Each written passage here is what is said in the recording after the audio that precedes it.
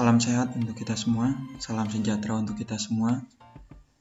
Sebelum kita memulai perkuliahan hari ini, lebih baiknya diawali dengan doa. Kita berharap dengan doa ini, perkuliahan hari ini diberikan kemudahan, diberikan kelancaran, ilmunya bermanfaat. Dan mudah-mudahan musibah corona cepat berakhir. Yang sedang sakit, guru, sahabat, teman, dosen, dan seluruh rakyat Indonesia diangkat penyakitnya. Dan mudah-mudahan kita bisa normal masuk kembali ke kampus tatap muka. Dan semoga menjadi anak soleh dan kuliahnya cepat selesai semua seluruh mahasiswa dalam menulis penelitian. Berdoa menurut kepercayaan agama masing-masing, dipersilakan.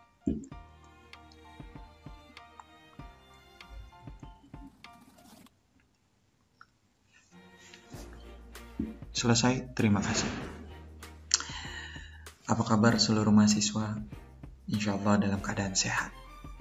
Saya berharap seluruh mahasiswa tetap mematuhi protokol kesehatan dan tetap menjaga kesehatan dan pastinya tetap semangat dalam belajar daring di rumah masing-masing. Berjumpa lagi dengan saya Faijar, India Jakarta Alfa Romeo, dengan membahas tema perkuliahan hari ini, yaitu DP. Ya, DP, bukan Dewi Persik, tetapi DP-nya itu adalah daftar pustaka. Secara sekilas mahasiswa pasti sudah tahu daftar pustaka. Kenapa secara sekilas sudah tahu? Karena daftar pustaka berisi sumber. Sumber apa? Sumber yang Anda sedang menulis skripsi, artinya sumber penelitian. Nah, di dalam daftar pustaka banyak istilah-istilah lain, seperti namanya referensi. Ada lagi namanya bibliografi, ya, dan daftar kepustakaan. Nah, tiga teori ini semuanya adalah berisi sumber sama, cuma ada beberapa istilah yang Anda harus pahami, jangan sampai salah. Jadi jangan Anda taunya cuma daftar pustaka, padahal ada juga daftar referensi atau referensi. Ada juga daftar pustaka yang diistilahkan namanya bibliografi. Anda jangan taunya cuma daftar menu dan daftar makanan doang. Jadi dalam penelitian juga ada daftar, yaitu daftar pustaka. Itu sekilas prolog supaya Anda tetap semangat dan fokus dalam belajar.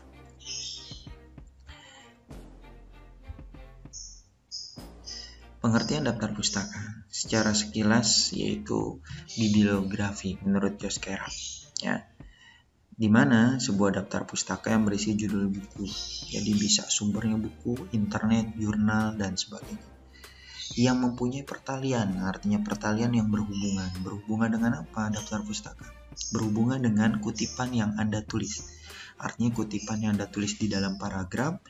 Nah, di dalam bab berarti harus berhubungan di dalam daftar pustaka. Jadi kalau Anda tidak sesuai dengan kutipan, yaitu berarti daftar pustakanya tidak valid atau tidak tepat.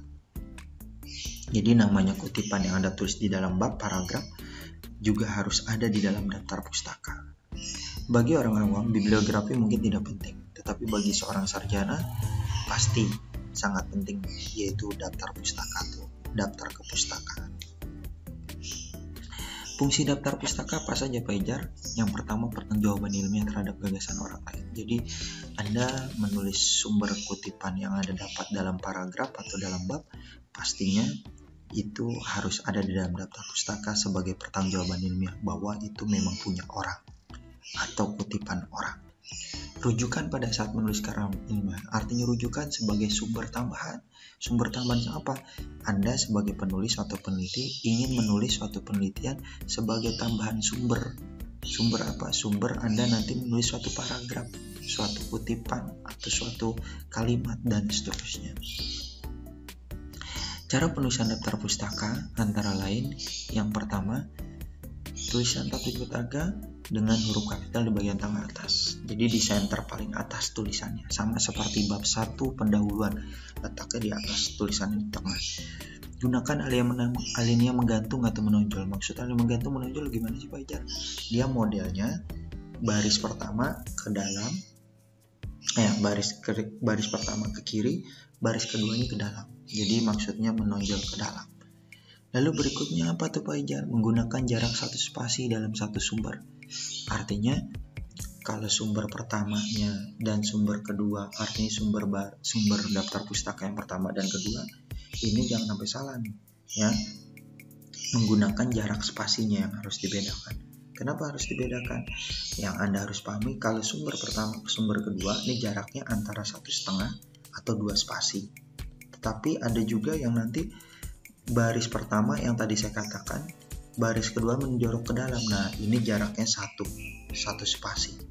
Tetap masih satu sumber, tapi dia ada 2 baris atau 3 baris. Nah, baris kedua, baris ketiganya itu 1 spasi. Urutkan susunan daftar abjad nama belakang penulis atau nama lembaga yang menerbitkan. Maksudnya Pak Ijar, jadi pengarang ada sumbernya 2 sumber, satu Muhammad Jarkasi, satu lagi Muhammad Yunus. Nah, diurutin nih, yang pertama abjadnya apa? Jarkasi dulu, jangan Yunus dulu di atas. Jadi sumber yang pertama Jarkasi dulu, Jarkasi, Muhammad. Baru sumber yang kedua Yunus, Muhammad. Jadi sumber ada 2 dan diabjadkan. Lalu dalam daftar pustaka tidak boleh pakai gelar. Gelar apa? Gelar yang seperti profesor, dokter Andes, dan seterusnya. Jadi di dalam kutipan dan di dalam daftar pustaka juga sama, tidak boleh mencantumkan gelar. Sampai di sini sudah paham? Saya yakin mahasiswa semakin penasaran. Kenapa? Semakin penasaran ingin menulis skripsi supaya cepat selesai. Karena kalau udah sampai daftar pustaka pasti mahasiswa senang banget. Ya alhamdulillah selesai juga skripsinya, penelitiannya. Itu. Lanjut. Unsur-unsur daftar pustaka saya istilahkan namanya Naruto tadi jualan kolak pelangi. Ya, Pak Ijar ada aja nih, kok Naruto tadi jualan kolak pelangi? Ya kan supaya teman-teman paham menulis skripsi dan menulis daftar pustaka harus ada tips triknya supaya mahasiswa tidak lupa dalam menulis daftar pustaka. Naruto. Nah, kalau nama Naruto berarti kan kartun nih. Nah, namanya Naruto pasti ada nama teman kartunnya, ya kan? Dan sebagainya. Tapi saya buat kalimat Naruto itu artinya nama pengarang. Maksud nama pengarang, nama sumber buku yang Anda dapat dalam kutipan. Jadi misalnya namanya Jarkasi, Muhammad Jarkasi. Jadi nama belakangnya maju ke depan. Jarkasi, Muhammad, titik. Itu Naruto, nama pengarang. Tadinya berarti adalah tahun penerbit. Jadi Jarkasi, spasi, Muhammad, titik, baru tahun penerbit, spasi 2020. Titik. Jualannya apa Pak Ijar? Judul buku. Judul bukunya apa? Kosakata. Ya udah, habis tahun 2020 titik, baru judul bukunya kosakata. Habis itu adalah titik. Ya, yang Anda harus pahami di judul ini jangan sampai salah, yaitu judul itu harus wajib fardu ain italik, miring. Ya, harus miring atau italik. Setelah judul buku yaitu kota. Kota apa? Jadi di dalam buku kan cover buku itu suka ada Bandung, Yogyakarta, Jakarta. Nah, itu kotanya. Jakarta titik 2. Nah, titik 2-nya jangan lupa salah. Titik 2-nya harus dempet tanpa spasi. Artinya tidak pakai spasi. Setelah Jakarta titik 2 baru spasi nama penerbit. Apa nama penerbit? Gramedia, Balai Pustaka, Yudhistira, dan seterusnya.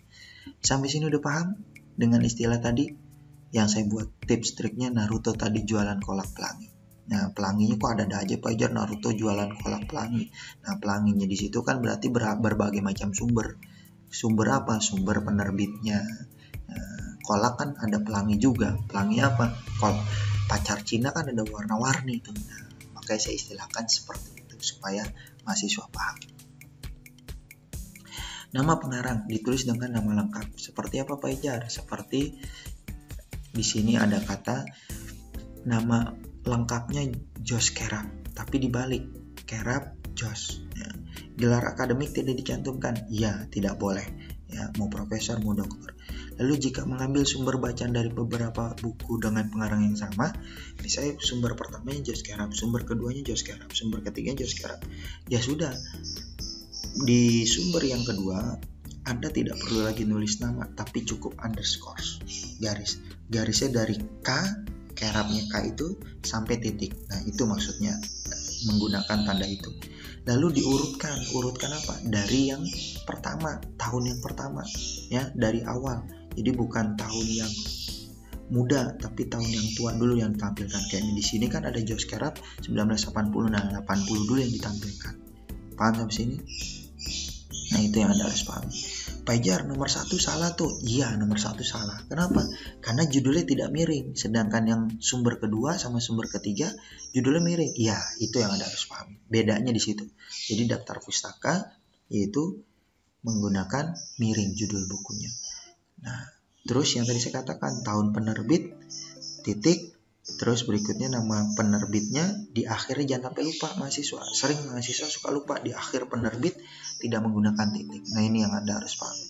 Lalu nama akhir pengarang ditulis terlebih dahulu, kemudian disusul nama pengarang. Nah ini yang tadi saya katakan. Nama belakangnya maju ke depan, nama depannya ke belakang. Kita lanjut. Nama pengarang, jika pengarang terdiri atas 2 orang, hanya nama pengarang pertama yang dibalik. Tuh. Jadi kalau di cover bukunya ada 2 nama. Jadi nama pengarang pertama saja yang dibalik. Nama pengarang 2 jangan dibalik. Ya, seperti Susi, Susanti, dan Andri Kristanto. Jadi Susanti, Susi, dan Andri Kristanto. Tapi kalau di cover buku ternyata ada lebih dari 2, nah baru tuh ya nama pengarang tetap dibalik, nama berikutnya cukup ditulis DKK dan kawan-kawan. Atau boleh juga menggunakan et al. Tetapi et al itu hanya digunakan nama pengarang bahasa Inggris. Kalau pengarang Indonesia cukup menggunakan DKK. Lanjut ke slide berikutnya. Tahun terbit, nah ini yang tadi kita bahas. Tahun terbit ditulis sesudah nama pengarang. Jika tidak diketahui maka tuliskan 4 tahun. Nah, jika beberapa ditulis oleh pengarang yang sama, tahun terbit diurutkan dari yang terkecil. Itu yang tadi kita bahas ya, urutin yang terkecil. Jika beberapa buku ditulis oleh pengarang dan tahun yang sama, baru tuh Anda tulisnya AB. Kayak misalnya Susanti judul bukunya kosakata, terus Susanti judul bukunya paragrafnya, berarti Anda tulis AB gitu maksudnya di bagian tahunnya. Lanjut. Nah, di sini ada judul. Judul apa? Judul buku ditempatkan setelah tahun terbit. Jadi jangan sampai lupa, tadi saya sudah jelaskan tentang di awal Naruto tadi jualan kolak pelangi, saya sudah jelaskan formatnya dalam penjelasan tadi. Lalu menggunakan huruf miring jika memakai komputer. Nah, ingat, kalau menggunakan ketikan miring. Tapi kalau menggunakan tulisan tangan hurufnya tegak. Tetapi nanti pada saat UTS atau UAS Anda juga tetap harus menggunakan miring. Pak Jar, saya kan nggak bisa nulis miring. Nah, bagaimana caranya? Jangan dibuat ribet, sama saya simple. Kenapa simple? Setelah Anda menulis daftar pustaka, kan Anda tidak bisa nulis miring. Setelah Anda tulis susun daftar pustaka secara abjad, baru tulis keterangan di bawahnya. Pak Ijar, tulisan daftar pustaka judul bukunya miring. Selesai kan? Tidak perlu ribet. Kenapa saya minta miring di UTS atau UAS misalnya? Menulis tangan harus miring supaya Anda terbiasa pada saat nanti mulai ketikan atau di Word, Anda ingat harus miring. Lalu sedangkan judul artikel, makalah, koran, dan sebagainya, skripsi, nah judulnya tidak perlu menggunakan miring. Dia menggunakan petik 2. Seperti apa? Seperti kutipan. Lanjut. Tempat terbit, tadi yang saya katakan, tempat terbit menggunakan titik 2, jangan titik koma. Jadi titik 2-nya dempet tanpa spasi. Lalu nama pengarang. Nah, nama pengarang di sini yang tadi saya katakan harus ada nama pengarangnya, tetapi jangan sampai bingung juga kalau nanti tidak ada nama pengarang. Nama penerbit dituliskan sesudah nama tempat yang tadi kita bahas. Jika penerbitnya adalah sebuah lembaga, tetapi tidak ada nama pengarang atau nama orangnya, tulis nama lembaganya. Seperti apa? Pusat Pembinaan dan Pengembangan Bahasa. Nah, di sini ada contoh-contoh daftar pustaka. Apa saja Pak Jar? Nah, ini contohnya. Yang tadi saya katakan harus menonjol dan ke dalam. Jadi baris pertamanya keluar, baris kedua ketiganya ke dalam. Nah, pakai apa ke dalamnya? Pakai tab ya, jangan sampai lupa pakai tab. Nah, ini tulisan sumber ada 3 nama. Jadi namanya ada 3, Safardi, Joko, Damono. Nah, Damono yang maju. Ya, kalau dia namanya 2 berarti nama Jarkasi yang maju. Kan tadi Muhammad Jarkasi maju. Nah, ini contoh penulisan buku. Jadi daftar pustaka yang dari buku.